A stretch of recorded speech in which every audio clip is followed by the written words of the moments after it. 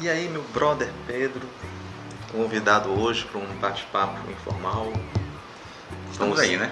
Bora conhecer um pouquinho mais da personalidade do nosso amigo, que tem sido amigo assim de valor, né? A gente tá já. A gente nunca teve a oportunidade de ser tão aluno, né, Pedro? Não teve. A tua turma foi uma das. Na verdade, foi a única turma de sistemas de informação que eu não tive a oportunidade de dar aula da tua. Tá certo. Pedro, te apresenta aí. Bom, eu sou Pedro Henrique Gomes, professor, comediante, fisiculturista. Você já deve ter percebido isso aí. Estou aí atuando há algum tempo na área de tecnologia da informação. E uma coisa que é curiosa é que eu tenho uma experiência vasta na área de tecnologia, porém, em um determinado momento eu resolvi que eu não queria mais ser programador, não era mais meu desejo, e aí me enveredei pela área de gestão. Foi quando eu fiz graduação em gestão empresarial, depois eu fiz especialização, na verdade eu fiz um MBA em gestão de projetos, fiz uma especialização conducente ao mestrado em gestão da educação e agora estou fazendo especialização em gestão de marketing e experiência do cliente. Que bacana. Nossa... Tem muitas transformações aí pelo caminho, né? Nosso amigo Pedro. Se nenhum outro vídeo que a gente fizer, digamos assim, o bumerangue, né? Não sei se esse é o termo, mas a gente pode fazer o contrário. Eu vou começar contando a minha história. A tua também é bem transformadora, né? Ela é inesperada, né? Bastante, porque tu transitou por áreas que a princípio não tem relação, mas a gente sabe que uma acaba contribuindo com a outra. Mas aí na tua experiência profissional, mesmo assim, tu mudando de perspectivas, né? Tu não saiu do teu contexto, né? Tu continuou na área de tecnologia, programação, tal. Sim. Conta pra quem tá começando aí, quem tá entrando no curso, né? Quem tá entrando no curso ou sistema, ou TI, né? Ou engenharia de software, né? Qual é a tua dica assim de... Eu não falo de estudo ou de mercado, mas eu falo assim de foco. O aluno deve manter em mente tais objetivos. Eu acho que é legal para quem está querendo se achar nesse contexto aí. Eu acho que o fundamental, Moura, é que você tenha sensibilidade. Sensibilidade em vários sentidos, no sentido de perceber o quanto você está satisfeito com a forma como você está atuando, com o mercado que você está atuando. Foi o exemplo que tu falaste. E eu não mudei de mercado, mas eu mudei de função dentro desse mercado. Eu antes era programador, eu já fui analista de sistemas, já auxiliei muitas empresas a implantar software de gestão. E depois eu fui para a coordenação, gestão de projetos. Hoje eu gerencio uma área de desenvolvimento e de suporte a sistemas de tecnologia da informação e sou professor. O que acontece? Isso são caminhos que a gente escolhe percorrer por várias razões. Em alguns momentos por inquietações nossas e em alguns momentos por demandas do mercado. Existem situações em que a gente até prefere continuar fazendo exatamente o que a gente está fazendo, mas o mercado está apontando, está indicando que essa função não tem mais de repente relevância e em algum momento ela vai deixar de ter mercado, não vai mais existir essa função. E aí é importante que a gente tenha essa sensibilidade e que a gente esteja atento às movimentações do mercado para que a gente seja sempre profissionais relevantes. Tá. Quanto a foco, né, eu acho muito legal. Agora, eu estava aqui, enquanto estava falando, estava meditando aqui, pensando umas coisas aqui, e eu te pergunto assim, eu não sei se é uma realidade de todo o curso, mas assim, pelo que eu passei e pelo que eu ouvi os companheiros, né, o interesse por pesquisa, né, apesar de a gente estar em uma instituição que ela trabalha muito a questão da pesquisa, incentiva muito a pessoa a se pesquisar, né, com seus métodos de cases, de papers e tal, mas tu tem, assim agora, de pronto, assim, como exemplificar pra gente por que é importante o aluno ele se dedicar à pesquisa, aprender a pesquisar, aprender a produzir um documento, a entregar um material, um case, um paper? Sim, em primeiro lugar, a produção de conteúdo de forma geral, tanto quando a gente fala em pesquisa, a produção de conteúdo em texto, artigos, publicações, quanto produzir conteúdo em vídeo, todas essas produções são de extrema importância para que você consiga um aprofundamento vertical, para que você consiga se aprofundar dentro de um mesmo assunto.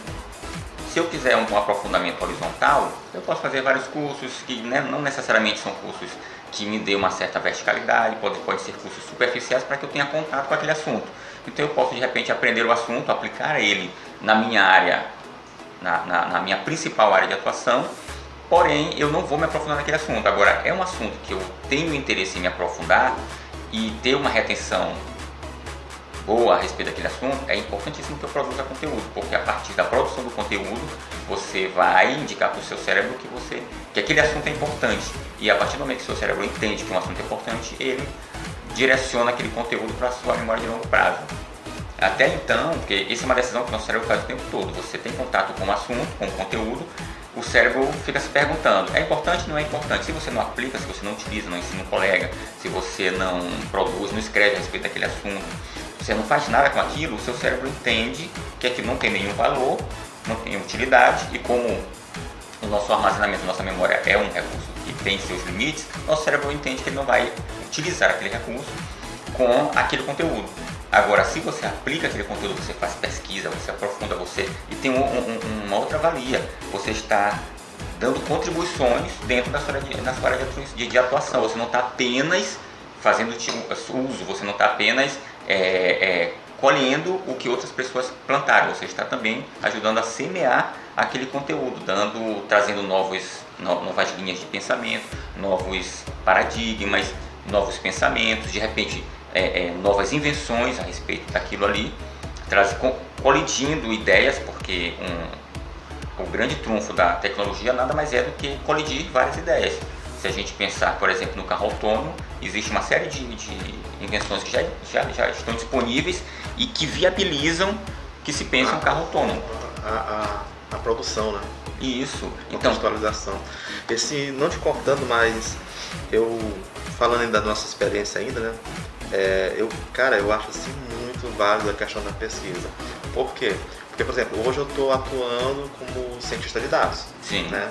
Analisando, investigando e propondo soluções, fazendo uso dos recursos de uma máquina. Mas para eu chegar nesse ponto, foi a partir da pesquisa, né? Quando eu fiz um paper sobre IA, depois vi a aplicação, muitos artigos eles mostram como que aquela tecnologia é aplicada no mercado. Então ali eu vi uma coisa que eu gostaria de fazer e fui me propondo a fazer, e cada vez que eu leio um artigo ou vejo alguma coisa, sempre tu encontra algo que te contextualiza naquele momento, assim, uma aplicação real. Perfeito. Quando falou em conhecimento vertical, eu me identifiquei muito nessa questão de produção de conhecimento, né? Às vezes a gente vê colegas que falam assim, eu não tô no mercado, eu não consigo entrar, mas assim, sendo bem honesto, tu vai procurar ver assim a carreira acadêmica dele, ele não teve aquela preocupação com pesquisa, não é um cara assim de pesquisa, e nem de produção, fez o curso e tal, achando que a graduação ia ser suficiente para qualificar ele no mercado, né? E aí eu lembro da frase de uma outra professora também no curso que ela falou assim, olha, o mercado seleciona, quer passar, de qualquer jeito passa, mas o mercado seleciona, né?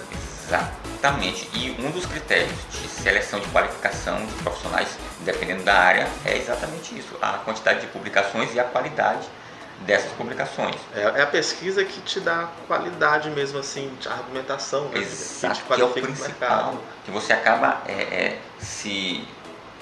você acaba adquirindo uma bagagem e uma propriedade a respeito do assunto que não existe uma outra maneira de você conseguir anunciar através da pesquisa, do estudo profundo sobre aquele assunto. Porque existe o hábito, principalmente hoje, das pessoas procurarem o conteúdo da maneira mais simples. Então você vai lá no YouTube, é um meio válido de você conseguir conhecimento, é um meio extremamente válido de você adquirir conhecimento. Porém, a partir do contato que você tem com aquele assunto, é importante que você faça um estudo mais aprofundado, desde que isso seja do seu interesse, para que você de fato se aproprie daquele conhecimento. Tá, mas tentando tirar um pouco aqui do assunto acadêmico, embora tentar deixar ele um pouco mais leve, né? Talvez não esteja ficando muito tenso no assunto. Pedro é comediante. Pedro também, é stand-up, né, tal. Aquela comédia mais inteligente, sem piada pronta, o cara gosta de... Não existe uma equivocomia aí, Moura. Como é que é? Não é que não existe a piada pronta. O stand-up, ele tenta passar isso. Ele tenta passar aquela espontaneidade, porém... Mas tem pesquisa. Tem pesquisa. Ixi! E o que mais tem é pesquisa, o comediante profissional, olha só, ele faz uma pesquisa sobre... Eu quero produzir piadas sobre um determinado assunto. Então, a gente tem uma técnica que a gente quer fazer um mapa mental a respeito daquele assunto. Então, eu penso, por exemplo, eu quero fazer piadas sobre alunos em instituição de ensino superior. Aí eu coloco aqui, aluno. Aí eu boto aqui, puxo uma perninha, o que eu posso falar a respeito de aluno? Aí eu posso falar da relação dele com o professor. Aluno, eu posso falar de prova. Aluno, eu posso falar de horário no intervalo. Tem uma série de assuntos que estão associados ao aluno e a partir de cada um desses assuntos eu vou pensando e vou criando para que eu consiga depois dar um teor cômico para aquele assunto, para construir uma piada. Exige muita pesquisa. Tá, ok. A gente foi agora, bora fazer aqui no mapa mental. Só para concluir a questão da piada, é que o stand-up ele passa isso, essa espontaneidade, essa coisa de que parece que foi feito na hora, mas isso na verdade é conseguido através de treino, porque aquelas piadas todas foram muito bem pensadas e organizadas anteriormente. Certo, tá, ok. Então a gente viu como é que a pesquisa dá suporte a um bom trabalho. Sim.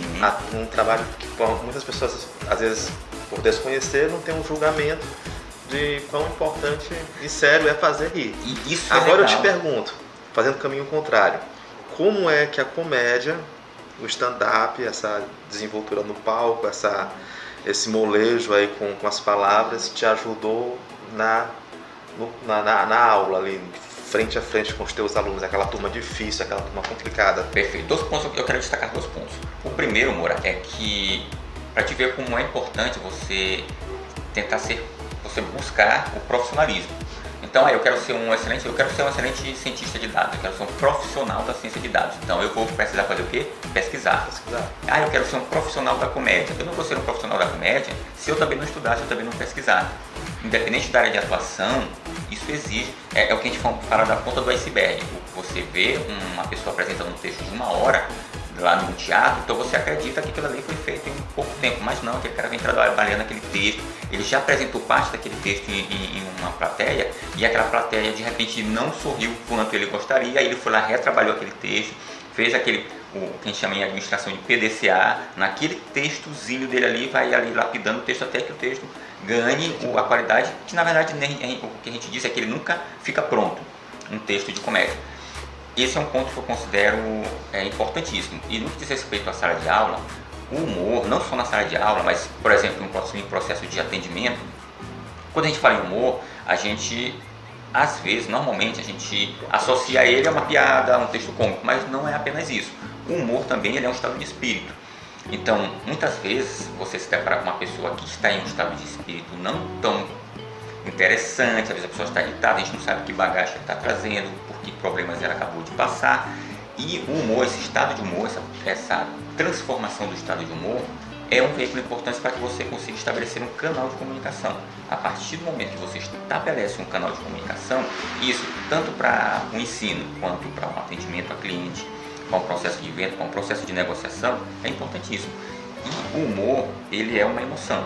O sorriso, você sorri, você está ali manifestando uma emoção. E o que isso significa para o nosso cérebro? Se você, durante o processo lá de contato com algum conteúdo, esse conteúdo vier com algum componente emocional, uma carga emocional, então, te lembra que eu falei ainda há pouco que o seu cérebro decide o tempo todo se aquele conteúdo vai ficar na memória de curto prazo ou se ele vai para a memória de longo prazo. Quando esse conteúdo vem acompanhado de um estado emocional, ele automaticamente vai para o longo prazo. Entendi. Então, é um recurso importante, poderoso, se você... Agora, tem que ser bem utilizado. Vou te dar um exemplo.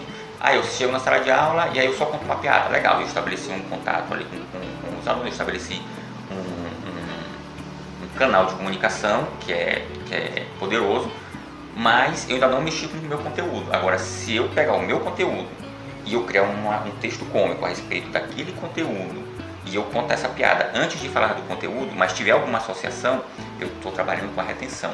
Então o aluno não vai esquecer da piada.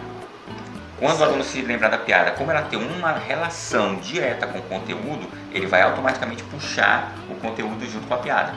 E aí isso é uma ferramenta poderosa para que você consiga trabalhar a retenção do aluno.